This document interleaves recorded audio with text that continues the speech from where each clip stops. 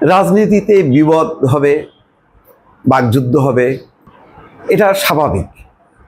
পরস্পরের প্রতি তীর ছোড়া হবে, কথার তীর হবে।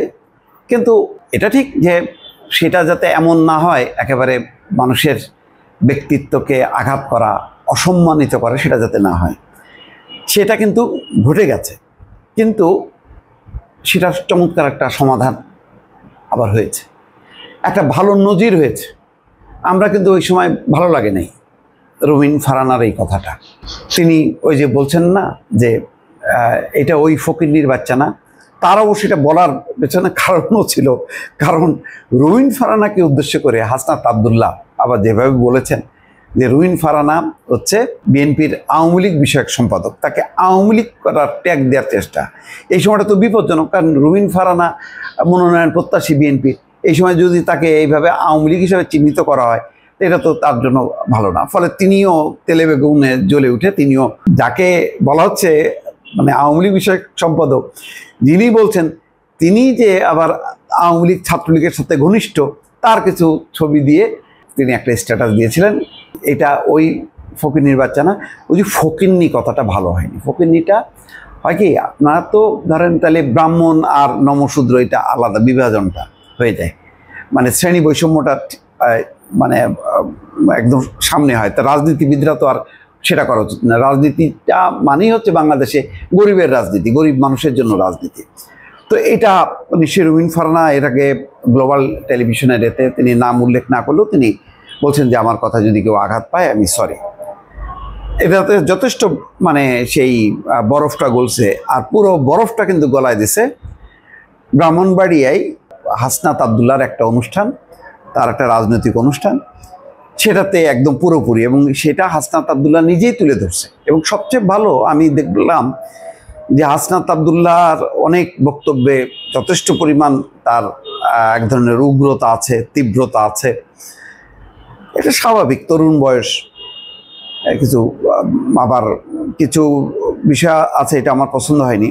সেনাপ্রধানের বিষয়টাকে যেভাবে তিনি বলছেন সেটা পছন্দ হয়নি। যাক, এটা তার ব্যাপার। এটা এখন সব কিছু তো আমার নিয়ন্ত্রণে হবে না, আমার বুদ্ধি পরামর্শ অনুযায়ী হবে না, প্রত্যেকেরই স্বাধীনতা আছে। তো সেখানে রবিন ফারানার এই যে উক্তিটা, যখন কি সাংবাদিকরা তো এটা চাইবে যে এটার পাল্টা কি বলে, কিন্তু সে বলছে যে মানে রবিন ফারানা সাইবার বুলিংয়ের শিকার, আমরা এই অবস্থা থেকে বেরোয় আসতে চাই। তার মানে বলছেন যে না, মানে রবিন ফারানার এই বক্তব্যের আমি উত্তর দেব না। এই যে তার এই কথার মধ্য দিয়ে কিন্তু রবিন ফারানা বুঝতে পারছে যে না, এটা তার বলা ঠিক হয়নি। সে কিন্তু আবার নিজের পজিশনে রবিন ফারানা নিঃসন্দেহে এখন হঠাৎ করে যদি আমি মানে রবিন ফারানাকে কোথার থেকে আসলো এটা বলা ঠিক হবে না।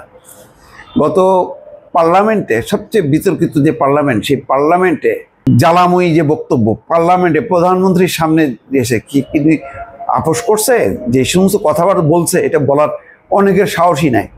তিনি তো বলছে, এবং তার ওই সময় বক্তব্যগুলি লক্ষ লক্ষ মানুষ দেখছে, ভিউ হয়েছে।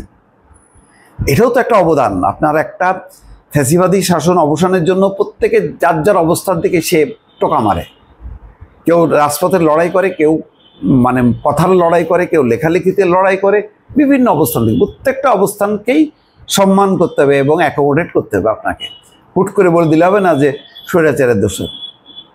আজকে ওই যে দেখলাম মুক্তিযোদ্ধার ইয়েতে সমাবেশে বলছে যে এগুলি সব হচ্ছে আওয়ামী ফ্যাসিবাদী। কেন আওয়ামী ফ্যাসিবাদী হলে আগে ওরা যে আওয়ামী লীগের বিরোধিতা করলেই ট্যাগ লাগাই দিত বিএনপি জামাতের দোসর। তো আমি কি বিএনপি জামাতের দোসর? এখন তো উল্টা আমারে বলে আমি নাকি লাইন পাল্টাইছি। এইগুলি হয় কি, আপনি আপনার মতবাদ, আপনার যখন নাকি আপনি যেটা চিন্তা করেন ওই চিন্তার বিপরীতে গেলেই এখন যেটা হচ্ছে, আগে মনে করতো আচ্ছা ঠিক আছে এটা তার মত, আর এখন আপনি ওটাকে একদম শত্রু মনে করে ফেলতেছেন, ওটাকে ট্যাগ লাগাই দিচ্ছেন। ভাই, একটা গণতান্ত্রিক সমাজ, আপনাকে মনে করতে হবে যে আমাদের লড়াইটা কি। লড়াইটা হচ্ছে গণতন্ত্রের জন্য। তো গণতন্ত্রটা কি কোনো একমুখী হয়? একমুখী হয়? এটা তো শেখ হাসিনা করার চেষ্টা করছে যে সব আমরা হব, আমি হব, কেউ বিপক্ষে থাকতে পারবে না। এটা তো হয় না। তো এখন এইটা হাসনাত আবদুল্লাহ বলছে যে তিনি বলছেন যে আমাদের মধ্যে কিছু ভুল বোঝাবুঝি ছিল, কিন্তু তিনি লোক পাঠিয়ে খোঁজ নিয়েছেন এবং উপহারও দিয়েছেন। কি উপহার দিতে যাই না, মিষ্টি, ফল মূল নাকি অন্য কিছু। এটা একটা ইতিবাচক বার্তা, আমরা অবশ্যই স্বাগত জানাই। গুড।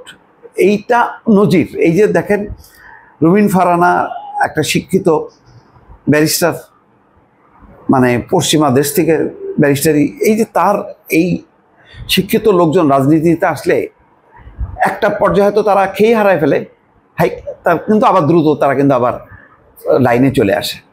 হাসনাত আবদুল্লাহ সে কোচিং চালায়, সেও শিক্ষিত ছেলে, দ্রুত দেখেন নিজেদের মধ্যে ঐক্য হয়ে গেল। আমাদের এইটা দরকার। এইরকম অসংখ্য নজির যদি স্থাপিত হয়, তাহলে রাজনীতি কখনো ভায়োলেন্ট হবে না, রাজনীতি নোংরা দিকে যাবে না।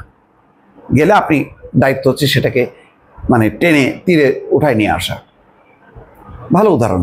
দুইজনকে স্বাগত জানাচ্ছি, রুমিন ফারহানা এবং হাসনাত আবদুল্লাহকে।